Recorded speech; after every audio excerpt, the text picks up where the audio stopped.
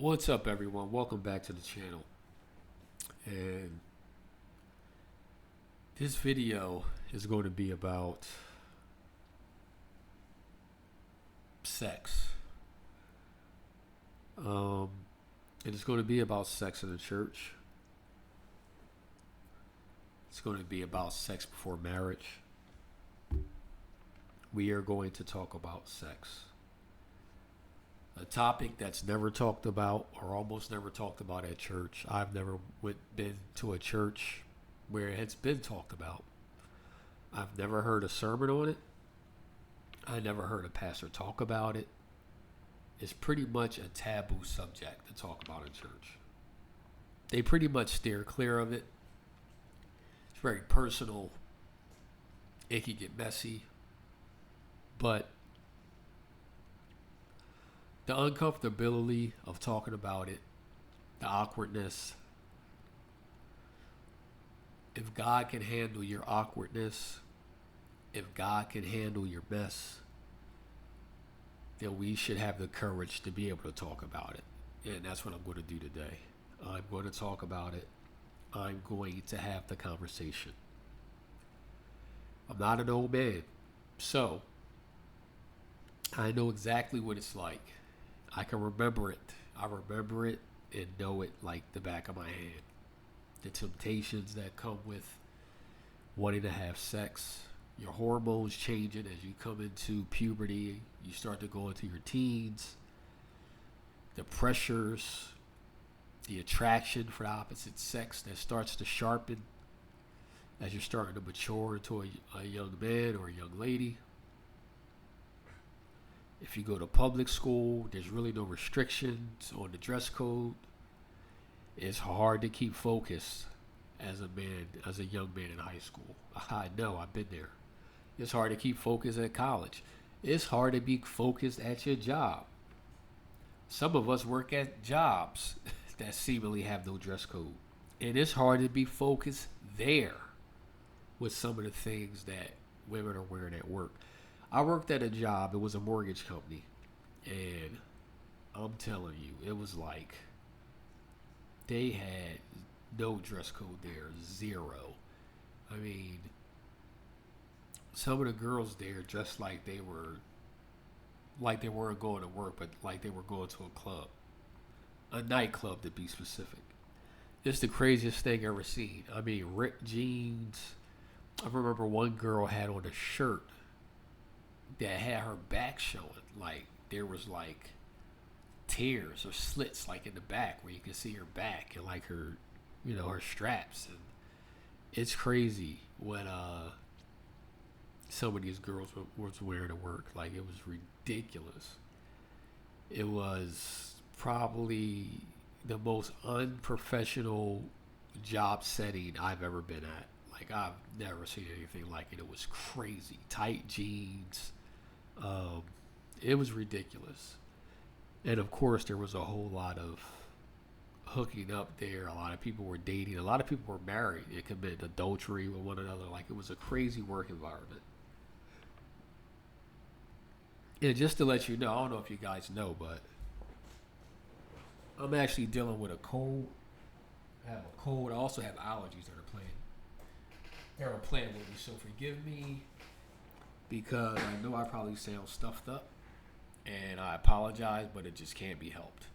I have really bad allergies, and I have asthma at the same time, so it's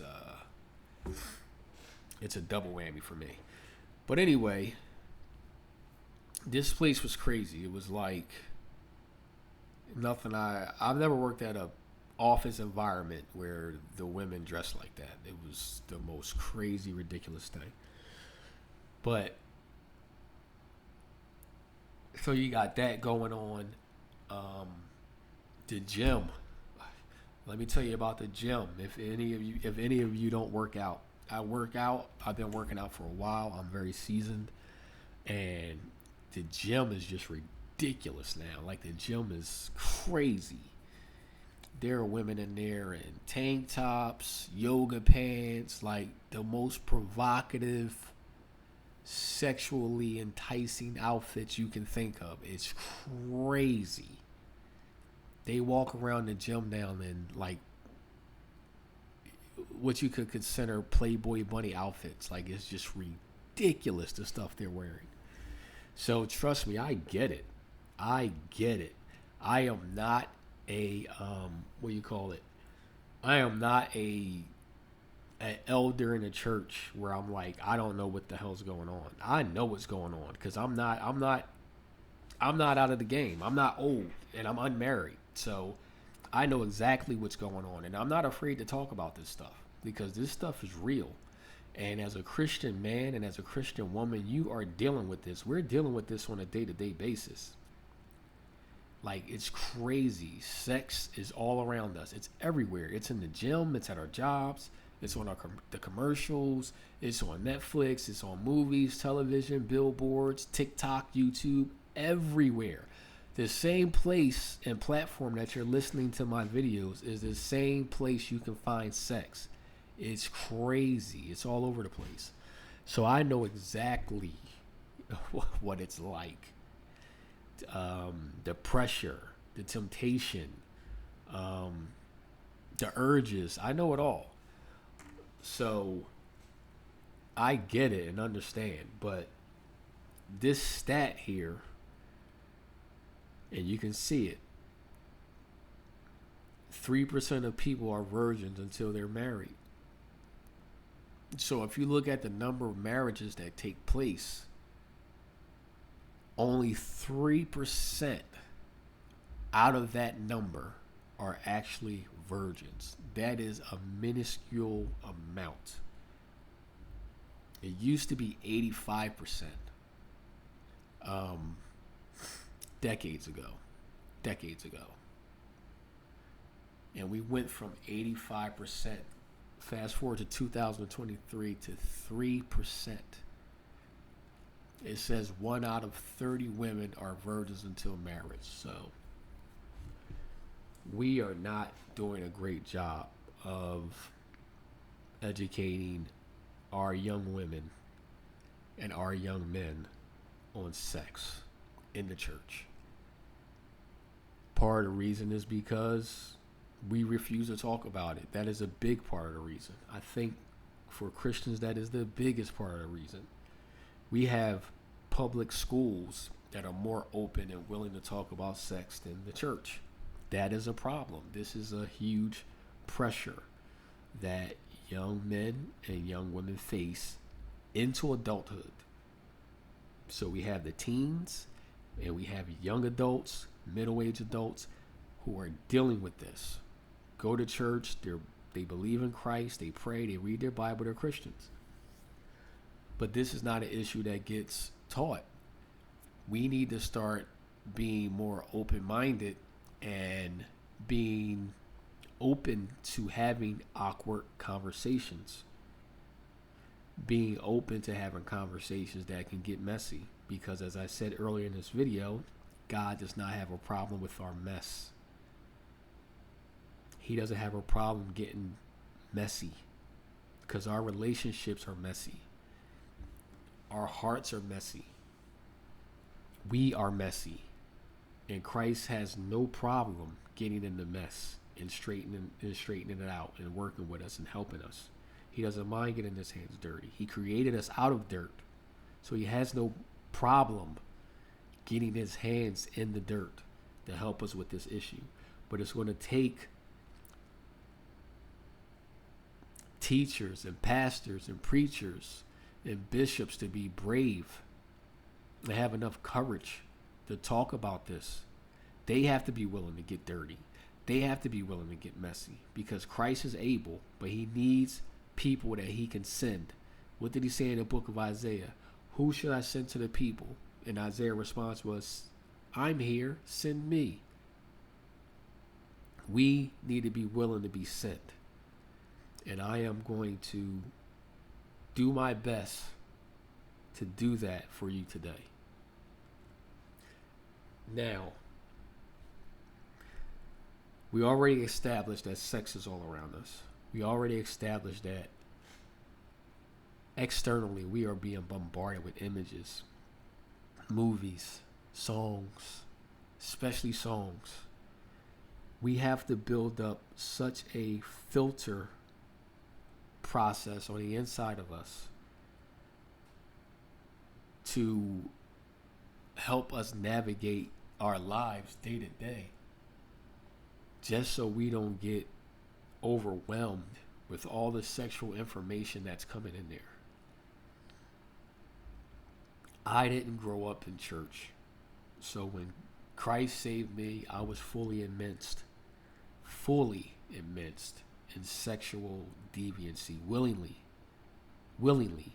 I wasn't trying to stop. I didn't want to stop. I wasn't struggling against it. I was trying to commit as much of it as I could. I was sexually deviant. I had sexual immorality. I was walking in it.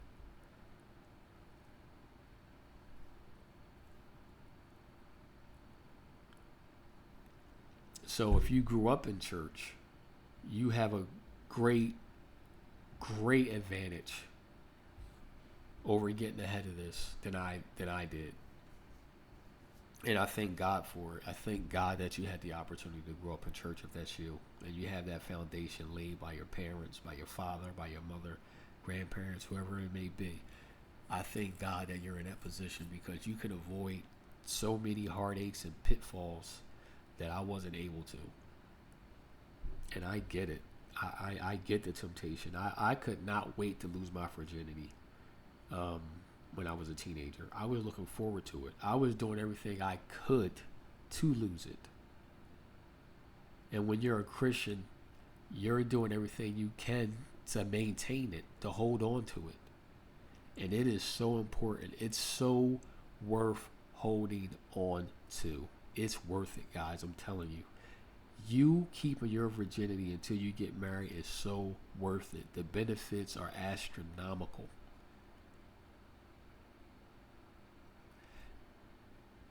If you look at these stats, it proves it. Fewer sex partners correlate with a longer, happier marriage. Guys, this is such a fact. If you come into a marriage holding your virginity, having that sexual experience with your husband and your wife, it will build such a bond with you. You guys will bond unimaginably. It will be amazing the bond that you will have. You will be spiritually and physically, emotionally bonded with each other. When you give your virginity away before you get married, you are literally bonding with someone else. And by the time you get married, the bond that you form with your husband and wife will not be as strong. It's the truth. The more sexual partners you have, the less you are able to strongly bond with someone. And this is double for women. It affects men, but it doesn't affect men to the same degree that it affects women. So it is double crucial if you are a woman to hold on to your virginity. The bond that a husband and wife shares when they are their first and only sexual experiences, first sexual partners, your bond will be astronomical. You will have the type of bond that, according to the statistic, 1 out of 30 women are virgins until their marriage. You will have the type of bond that the other 29 people who get married can never have. They can never have it.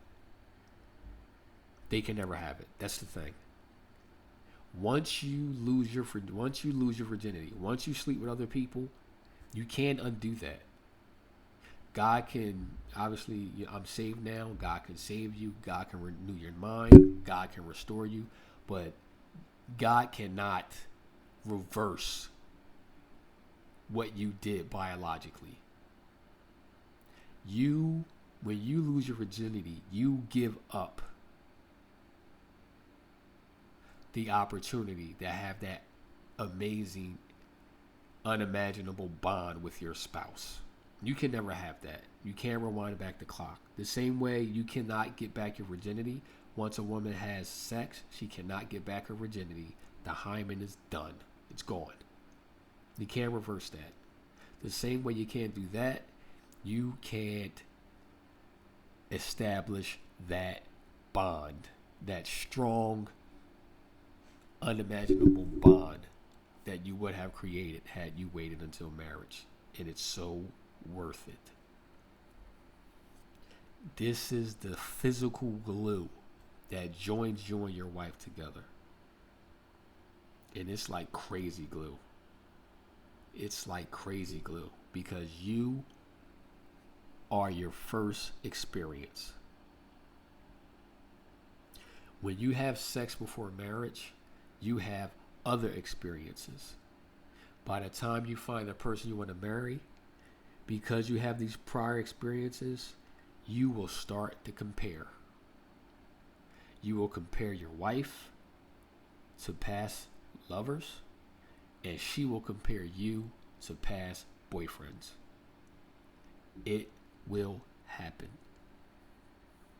And it will lessen the bond that you have with your spouse. It will. It will definitely do it. And the more people you have sex with, the easier it will be for you to have sex with another person. Because the bond that sex was created to create between two people, between a man and a woman, the more people you have sex with, the less of a bond that you are able to create. That's why you can keep having sex with other people, because the bond is weakening. The more you have sex with different people, the less effect there is that you're able to bond. People call this pair bonding. It is 100% factually true. When two people are each other's first, that bond is so strong. You cannot just move on and have sex with someone else. You can't do it. There's a bond there. There's a bond that's created. And the more partners that you have, the harder it is for you to establish a bond. There are a lot of people who are in relationships and the relationship is lopsided. You have one person who's heavily attached and one person who's not. A lot of times that's due to the sexual intimacy and history of the two individuals. The person that had less partners has the ability to bond stronger than the other person who's had many partners.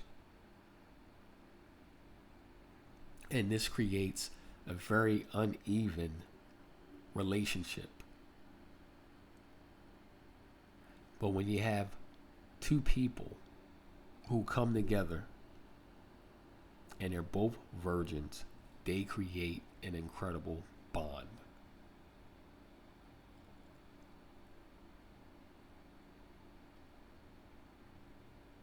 This is what we need to be addressing in church.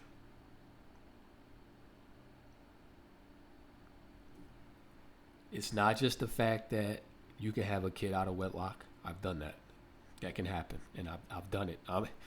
I'm walking proof of that. You can have a child out of wedlock. You can catch a disease. And you can lose your ability to strongly bond with your wife or your husband that you will marry down the line. So saving your virginity, not only is it favorable in God's sight, not only is it obeying God's commandments, you also will be a better husband and a better wife for your spouse down the line. So what you do now with your virginity, with that, will affect the person you marry later on in life.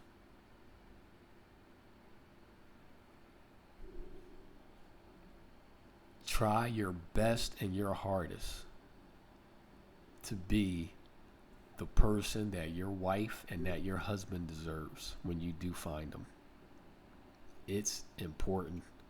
It's worth it. Now, let me give you some practical ways on how you can do that. Because we talked about the importance of it, so you have that. Now I have to help you be able to do that. And these things are going to be hard. But if anything I've said resonated with you, please listen and put it into practice. If you are in a relationship with someone, number one, they better be a believer. If you are a Christian guy or a Christian girl, you better be in a relationship with someone that's a believer. That's number one. If you're not, get out of that relationship. So I'm assuming that you are, and you better be. The first thing you want to do is cut down on the touchy-feely stuff. Cut down on laying in bed together. Cut down on cuddling. Cut down on all that stuff because you already have your emotions in place. You love him. He loves you. And the more you lay together, the more you cuddle up, the more you do any of that stuff, it is going to tempt you. And you will start to test the waters, so to speak. Touching leads to kissing. Kissing leads to petting. Petting leads to clothes coming off, and you get the rest. You want to cut down on that stuff. The other thing you want to do is you want to develop a filter on the inside. So you want to be able to cut down on outside influences that will tempt you to become sexually active prematurely. So YouTube, be very discriminate on what you watch on YouTube. Netflix, be discriminate. If there's sexual innuendos and nudity in it, turn it off. Turn the channel. Movies, same thing. Sexually explicit scenes, turn it off. Don't even watch it. I would say fast forward past that part, that is something you can do, but there's a chance you may run into some more nudity and sexual scenes later. Depends on the movie. But you want to be discriminate with that. If you are a person that like to work out and go to the gym, I would suggest that you bring headphones. That way you can kind of be in your zone doing what you do. You know yourself better than I do. And this is really for guys because we are extremely visual. Women are visual, but we are a lot more visual. As a guy, you know what you can take. I think yoga pants has been the death of many men. A lot of men, they may choose to go to the gym at certain times where there's not as much traffic in the gym, so they can kind of avoid that. Some men just left the gym altogether. I am one of those men. Now, I'll be honest. My catalyst of leaving wasn't because of the way women was dressing in the gym. It was more so because of COVID. Once COVID came around, the gyms closed. You couldn't even go to the gym. So I bought a lot of equipment at home. And when everything opened back up, I was kind of already in that home mode. So I transitioned from going to the gym to working out at my house, working out in my yard because I have the gear here to do that. So, but that did and does help me with helping me filter out things that was coming in that was tempting me. So as a guy, if you go to the gym, I would suggest that. Try to pick times where there's not as much traffic. Definitely take headphones so you can be, focused on your workout and listening to music, kind of like a distraction. Music. Music is a big one. I love music. Who doesn't love music? Unfortunately, music is littered with sexual innuendos, sexually explicit words, phrases, scenarios, all kinds of stuff. Now, obviously, I'm talking about secular music because I listen to gospel music, but look, I'm going to be honest. There is secular music that I like as well. I don't work out to gospel music, I work out to secular music. But again, you have to filter what's coming into your ears. Don't listen to songs that are sexual in nature. It will only hurt, it will never help. The other thing is, what do we got? Movies. I said that. Netflix, Amazon Prime, Hulu, Tubi, all that stuff. All that stuff. It's got movies, shows. It's all got sexually explicit stuff. Avoid it. If you see sex on there, turn it off. If it's a movie or something where you can fast forward and get past it and it won't come up again, then I'll allow you do that. You have to make that up, depending on how strong you are, but avoid that stuff. The music, I said, the touchy-feely stuff, don't be too intimate and touchy-feely all the time. Don't limit the snuggling. Don't be laying in the bed together. Don't do any of that stuff. That is only going to lead you to have sex prematurely. These are the biggest things, and these are the things that are in your control. You can't control things that are not in your control. You can control what's coming into your ears. You can control what your eyes see. You can control these things. I'm pointing out to you things that you can control. And I'm going to leave you with this final thought. The world has told us and indoctrinated us with, you're too young to get married. That's too young to get married. Well, Christ chose us out of the world, so we don't operate on a world's timetable. My philosophy is completely different. The Bible's philosophy is completely different. We do not adhere to the "this is too young to get old" mantra, because we are out of the world. We have our own belief system. I believe that the earlier you get married, the greater the benefit for you. The Bible says in the New Testament, so you do not burn with lust, get married. The Apostle Paul said that.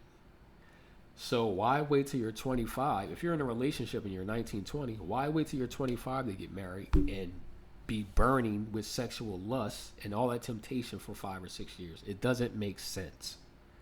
If you're in a relationship and you want to marry this person, get married. That is how our great grandparents and our great grandparents and our great grandparents did it. They got married when they had nothing, when they weren't established, and they stayed married for 50, 60 years. So you do not have to wait until you're 25 to get married. That is an indoctrination that the world has put on us, and it's by design. Because the longer you wait to get married, the more chances it is you will give away your virginity. It is not normal for a man or a woman to stay a virgin at 25 if they are in a relationship. Why would you do that? You are only making things more difficult for yourself and for the person you're in a relationship with. The Bible doesn't tell us to wait until we're 25 or 30 or old enough to get married. Do not complicate this. The earlier you get married, the longer you can begin a life with that individual as far as in a covenant, in a marriage. And you avoid all the lustful sexual temptation that's being thrown at you. Because now you're married and now you can be intimate with your partner. So don't put it off. What are you putting it off for? To be established, to get more experience? Okay. Well, our great grandparents and our great-great-grandparents, and all of them did it fine. They all did it fine, and they stayed married for 50 years. So obviously, it's not as important as you think it is. All right. I'll leave this link in the description below because there's more things here that you can check out on your own, and you can see why it's so important to hold on to your virginity. So I'll put it in the link so that you can read it. It is very beneficial, especially if you are someone that is in a relationship. You have a boyfriend, you have a girlfriend, and you want to wait until you're married and you're struggling really, really bad. Or you're single and you don't have anyone yet, but you're struggling bad to keep your virginity. Everything I said, please take it in. Pray about it. Listen to this video a bunch of times. Share it with your boyfriend or your girlfriend. It is very important. Anything you want to discuss about this topic, anything you want to discuss about this, you can send me a message, leave a comment below, whatever. We can talk about it because no one else is talking about it, and it needs to be talked about. We need to do everything we can to keep our young men and our young women virgins and get you guys married so that you can have a long, sustaining, successful, satisfying marriage as God intended. All right. So I love you guys. I'll be praying for you, and leave me a message, comment, whatever you want, and I'll talk to you soon.